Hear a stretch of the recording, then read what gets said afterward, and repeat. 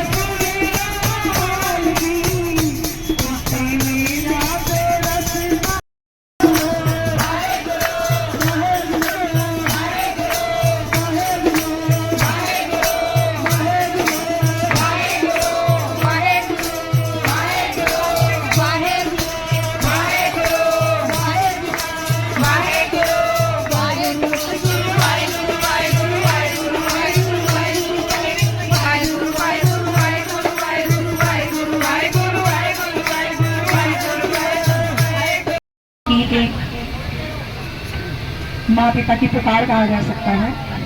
मैं थोड़ा सा इसके बारे में एक्सप्लेन करती हूँ। कहते हैं कि औरंगजेब के ना बड़े पुण्य कर्म थे, बहुत पुण्य कर्म थे औरंगजेब के। और इसका थोड़ा उसने कश्मीरियों पंडितों को कश्मीरियों को बहुत परेशान कर रखा था।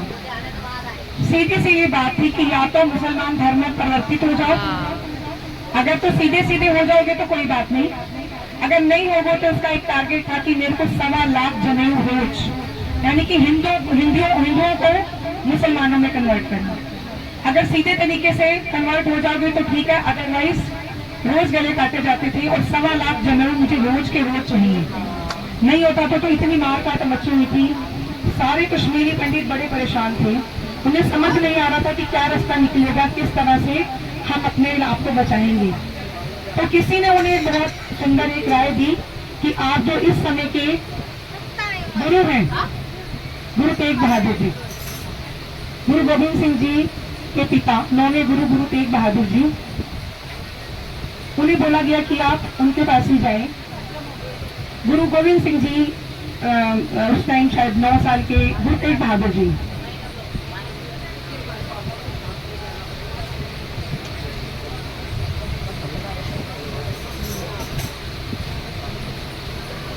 तब कहते हैं कि बहुत मार काट मची हुई थी, कुछ समझ नहीं आ रहा था। पर जब सब कश्मीरी पंडित मिलकर गए तब उन्होंने बताया कि किस तरह से बचाया जा सकता है। पर उन्होंने बताया कि बहुत ही पुण्य कर्म है औरंगजेब के, और इतने पुण्य कर्म तक के आया है कि हम कुछ भी कर लेंगे, कुछ भी करेगा। जो पिछले मैंने जैसे अभी आपको बताया था, जो हमारे पिछले पुण्य कर्म है उसकी वजह से हमें आज मिल रहा है, और जो हम आज करेंगे वो हमें आगे मिलेगा। तो इतने पुण्य कर्म है, उसकी वजह से ये कुछ भी करने से कोई हरा नहीं सकता। तो अब कहा गया कि जय और गुरु तेग बहादुर उस टाइम और गुरु गोविंद सिंह जी 9 साल के थे मात्र। तो उन्हें कहा गया कि भाई उनके पास आए गए कि क्या होगा। गुरु तेग बहादुर के पास जब आए तो सभा बैठी हुई थी, गुरु तेग बहादुर भी बैठी और गुरु गोविंद सिंह जी भी बैठी हैं। तो जब ये रखा गया तो उन्होंने जब बताया कि पुण्य कर्म में एक ही वजह से इसको हराया जा सकता है कि कोई पुण्य आत्मा, कोई पुण्य गुरु जो अपने आप को बलिदान करे, उसका बलिदान दिया जाए, उसके गुण से जब होगा तभी ये इसको हरा सकते हैं औरंगजेब को। उस टाइम कहते हैं गुरु गोविंद सिंह जी भी बैठे थे और गुरु तेग बहादुर भी बैठे थे। तब गुरु गोविंद सिंह जी ने कहा कि पिताजी आपसे पुण्य आत्मा तो कोई हो नहीं सकती, तो आप ही अपना बलिदान देंगे तभी हम इतने कश्मीरियों को। मात्र 9 साल का बच्चा अपने पिता से कह रहा है। और आप सबको पता है कि गुरु शीशगंज गुरुद्वारा, जहाँ पर गुरु तेग बहादुर जी का ने अपना बेटे के कहने से अपना सर जहाँ उनका किया गया, उसके बाद जफरनामा, जब गुरु गोविंद सिंह का कहते जफरनामा गया था, उसके बाद उसका पतन शुरू हुआ। जब ये सब हुआ तब उसके बाद औरंगजेब को हराया गया और कश्मीरी पंडितों को बचाया गया। तो हमारे गुरुओं ने हमारे को बचाने में इतने त्याग किए हैं, इतने त्याग किए हैं, और आज हम उन्हें भूल जाए तो मुझे नहीं लगता कि हम जीने लायक हैं अगर उनके त्याग को भूला जाए। जब गुरुओं के बारे में पढ़ते हैं, सुनते हैं, समझते हैं तो मन करता है कि उन स्थानों को देखने का मन करता है जहाँ जहाँ, क्योंकि हर उस एक जगह पे गुरुद्वारा है जहाँ कहते हैं गुरु ने दातुन भी किया है, दातुन साहब गुरुद्वारा, पंजा साहब गुरुद्वारा, जहाँ जहाँ जो कार्य उस नाम से गुरुद्वारा जाना जाता है। जैसे अभी हम बहुत सारी संगत गई थी जिन्होंने दर्शन किए हैं 84 पौड़ी, तो कहते हैं वहाँ 84 कट्टी है हमारी। तो ऐसा है हमारे गुरुओं का इतिहास। इसी की एक बड़ी सुंदर और शब्द वाणी।